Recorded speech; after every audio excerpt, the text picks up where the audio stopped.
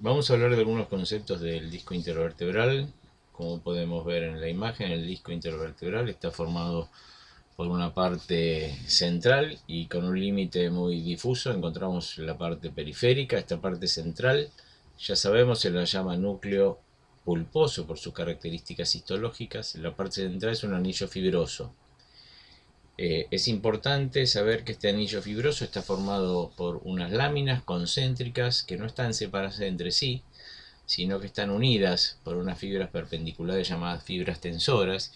Y es importante tener claro el concepto de que el núcleo pulposo no es una bola separada en el centro del anillo, sino que se genera una solución de continuidad. No hay un espacio que los separe, por el contrario, esta solución de continuidad está representada, como podemos ver en esta nueva imagen, por una zona intermedia entre lo que es el núcleo pulposo más rico en agua y el anillo fibroso con menos agua y mayor cantidad de fibras colágenas. Es importante entender esto porque cuando el disco se vuelve patológico presenta imágenes de quiebres como si hubiera una necrosis avascular, y como sabemos el disco no está vascularizado. Por eso es importante entender este concepto, que el disco está bien hidratado, se nutre a través de las arterias de las vértebras supra y subyacentes, y acá vemos algunas imágenes de cuando se vuelven patológicos y toda la parte comienza a estar degenerada, inclusive con manchas de colores como si estuviera invadido mismísimamente por sangre.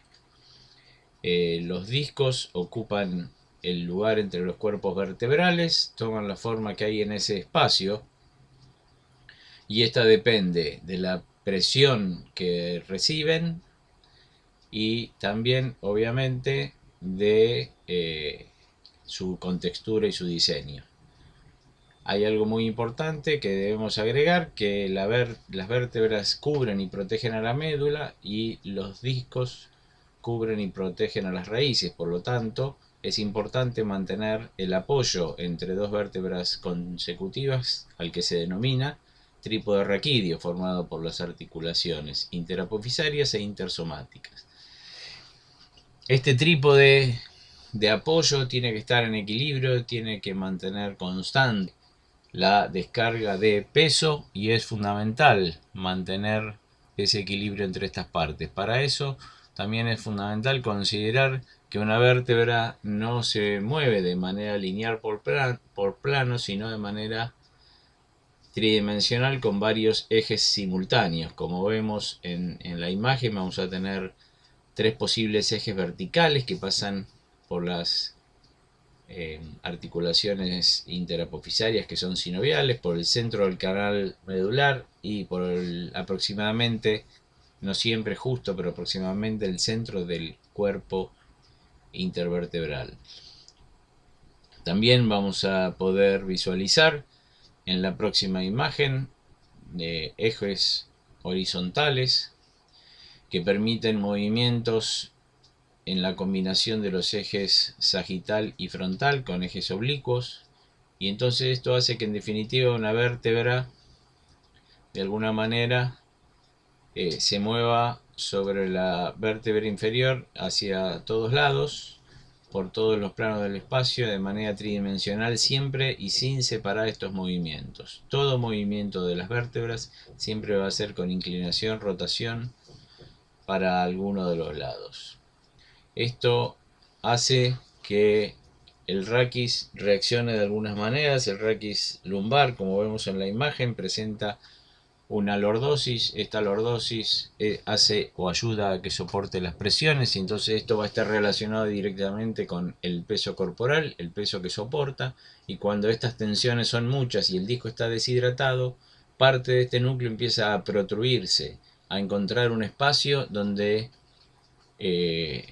no estaba, digamos. Este espacio es el canal medular. Al salir hacia la parte de atrás, la parte central del canal medular es más firme debido a la presencia del ligamento vertebral común posterior. Por lo tanto, estas protrusiones irán hacia los lados y así se ven en las imágenes. Podemos ver también en la imagen radiografías de perfil mostrando el movimiento del raquis antero-posterior y cómo se deslizan. Si vemos las líneas cómo se separan, quiere decir que en la extensión y la flexión hay un distanciamiento de las estructuras, entonces ya que estamos en presencia evidentemente de una vértebra que está rota. Entonces necesitamos la integridad de las vértebras y la integridad de los núcleos. Lamentablemente en la actualidad los núcleos empiezan a perder su contextura debido al sobrepeso y a la vida sedentaria desde temprana edad, desde muy jóvenes. Patologías discales que encontrábamos después de los 35 años ya las encontramos a partir de los 15, 18 y seguro desde los 20 años. Por lo tanto, a nadie le asombre tener una patología discal. ¿Cómo se genera esta patología discal?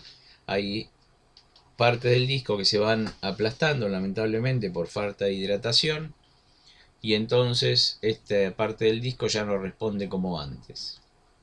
Por eso cuando mostramos, vamos a ver otra imagen, cuando mostramos que la reacción del anillo fibroso y el núcleo pulposo, o sea de todo el disco, es como el relleno de alguna galleta, de esos rellenos blandos, estamos muy lejos de la realidad si el disco está sano, pero estamos muy cerca de la realidad si el disco ya está patológico, o sea, ha perdido agua, por lo tanto ha perdido intercambio de líquidos con la vértebra supra y subyacente, por lo tanto empieza a tener una discopatía.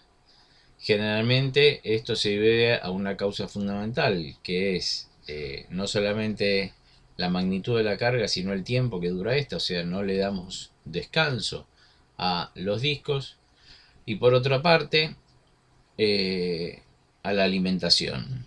Entonces, si a la malnutrición y al exceso de peso le agregamos la mala alimentación, esto también va a hacer que los nutrientes necesarios para el disco no estén presentes a la hora del intercambio. Es interesante estas radiografías de perfil en flexión-extensión. Pueden pedírselas a sus pacientes y lo importante de esto es poder medir el espacio entre dos vértebras que está ocupado por el disco. Entre la extensión y la flexión ese espacio debe permanecer constante o casi constante. De acuerdo al nivel vertebral puede estar un poco más o un poco menos aplastadas dos vértebras entre sí.